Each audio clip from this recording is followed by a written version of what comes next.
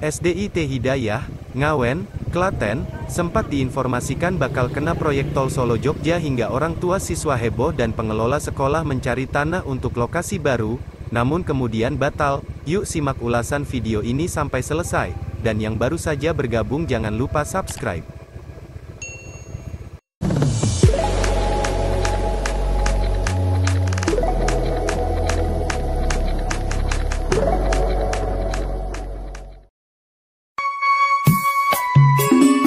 SDIT Hidayah Ngawen memiliki cerita pahit manis terkait pembangunan jalan tol Solo Jogja di wilayah Klaten.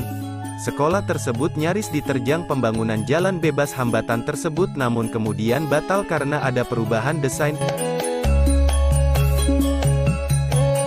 Kepala SDIT Hidayah Ngawen, Ahmadi, menceritakan saat itu tahun 2019 dan kabar terkait rencana pembangunan jalan tol Solo Jogja kian santer. Pada Juli tahun 2019, rombongan pejabat Pemkab Klaten dan tim dari proyek tol mendatangi sekolah tersebut. Dari kunjungan itu, pengelola sekolah sempat mendapatkan informasi sebagian lahan sekolah masuk dalam rencana pembangunan jalan tol. Awal-awal itu, bangunan sekolah kami hilang separuh, kata Ahmadi. Kabar itu membuat pengelola sekolah setempat bergerak mencari alternatif tempat baru. Sejumlah opsi disiapkan pengelola jika rencana sekolah itu diterjang tol benar-benar terjadi. Tak hanya pengelola, kabar sebagian bangunan SD di Ngawen, Klaten, itu kena proyek tol Solo Jogja membuat heboh orang tua siswa. Kabar itu hampir 1 tahun berjalan. Kemudian ada COVID-19 itu jadi redam, jelas Ahmadi. Setelah itu datang kabar terkait penetapan lokasi lahan yang diterjang tol Solo Jogja dan ternyata sebagian tanah serta bangunan SD di Ngawen itu dipastikan tak jadi dibebaskan. Ada pergeseran rencana lokasi lintasan tol. Dimungkinkan pergeseran itu imbas dari pergeseran lintasan tol yang sebelumnya berdekatan dengan dua sumber mata air. Kini, lokasi tanah untuk pembangunan jalan tol Solo Jogja berada di sisi utara kompleks SD tersebut. Jaraknya hanya terpaut sepatok sawah antara sekolah dengan calon lokasi lintasan tol Solo Jogja.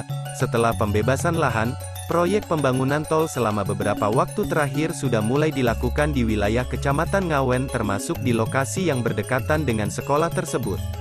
Soal dampak dari proyek pembangunan tol Solo Jogja yang kini bergulir, Ahmadi menjelaskan selama ini komunikasi terus berjalan antara pengelola sekolah dengan pemerintah desa serta kecamatan guna meminimalkan dampak tersebut. Terlalu dekat sumber mata air, kami berkomunikasi dengan kecamatan, kelurahan yang kemudian diusulkan dan direspons oleh pengembang tol, misalnya tentang jalur truk pengangkut material yang sempat lewat depan sekolah, kemudian kami komunikasikan akhirnya tidak lagi lewat depan sekolah melainkan lewat jalur utama tol. Prinsipnya komunikasi berjalan. Berdasarkan data yang dihimpun saya, rencana trase tol Solo Jogja terutama yang melintasi wilayah Klaten mengalami pergeseran sebelum keluar surat keputusan Gubernur Jawa Tengah tentang penetapan lokasi, penlok, pengadaan tanah untuk tol. Pergeseran dilakukan karena rencana lintasan awal berdekatan dengan dua sumber mata air di Kecamatan Kebon Arum, Klaten. Pergeseran itu juga setelah melalui pembicaraan antara Pemkab dengan Kementerian Pekerjaan Umum dan Perumahan Rakyat, PUPR, pada 2019.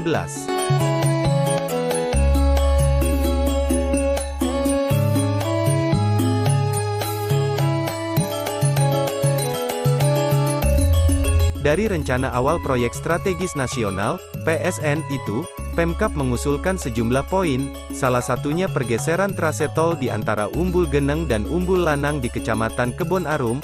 Usulan pergeseran itu berdasarkan aturan soal jarak garis sempadan pada pasal 11 Permen PUPR No 28/2015 tentang penetapan garis sempadan sungai dan garis sempadan danau.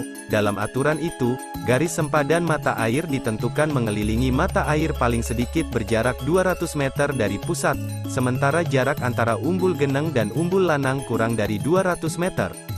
Proyek pembangunan jalan tol Solo Jogja dikhawatirkan mengganggu debit air kedua sumber mata air di Klaten itu, apalagi, air dari Umbul Geneng dan Umbul Lanang dimanfaatkan PDAM Tirta Merapi Klaten untuk melayani 20.000 pelanggan di wilayah Klaten Kota. Usulan Pemkab itu akhirnya disetujui dan trase tol yang semula melintas di antara dua sumber mata air itu kemudian bergeser ratusan meter ke sisi utaranya. Di sisi lain, Lokasi Jalan Tol Solo Jogja juga melintasi cagar budaya di wilayah Kabupaten Bersinar. Kedua cagar budaya itu yakni Yoni di Desa Keprabon, Kecamatan Polanharjo. Satu lokasi lainnya yakni situs Wonoboyo yang pernah ditemukan artefak emas dan perak peninggalan Mataram kuno. Nasib kawasan cagar budaya. Pelaksana pembangunan Tol Solo Jogja memastikan pembangunan tol tidak akan mengganggu cagar budaya serta situs itu. Rekayasa teknis dilakukan dengan membuat jalan tol melintas di atas cagar budaya serta situs atau jalan tol dibuat melayang. Kabid Kebudayaan Dinas Kebudayaan Pemuda Olahraga dan Pariwisata, Disbudporafar Klaten, Widowati, menjelaskan sejak awal muncul rencana pembangunan tol, Pemkab sudah mengomunikasikan dengan pelaksana agar kawasan atau situs cagar budaya tidak diutak-atik.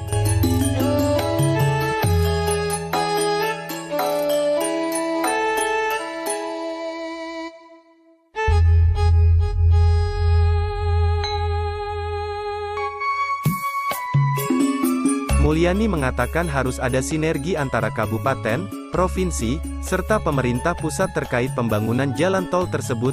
Sinergi itu termasuk untuk meminimalkan dampak dari proyek strategis nasional itu.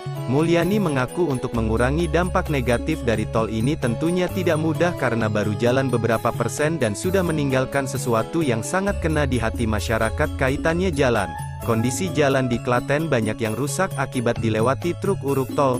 Tentunya PSN ini ke depan harus sukses dan harapannya pemerintah pusat memberikan bantuan melalui DAK untuk perbaikan jalan di Klaten, kata Mulyani.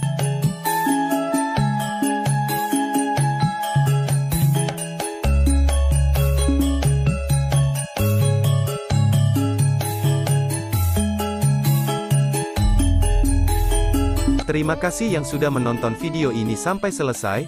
Like jika suka video ini, dislike jika tidak suka, dan jangan lupa subscribe serta nyalakan tombol loncengnya, agar kalian tidak ketinggalan video terbaru dari kami. Wassalamualaikum warahmatullahi wabarakatuh.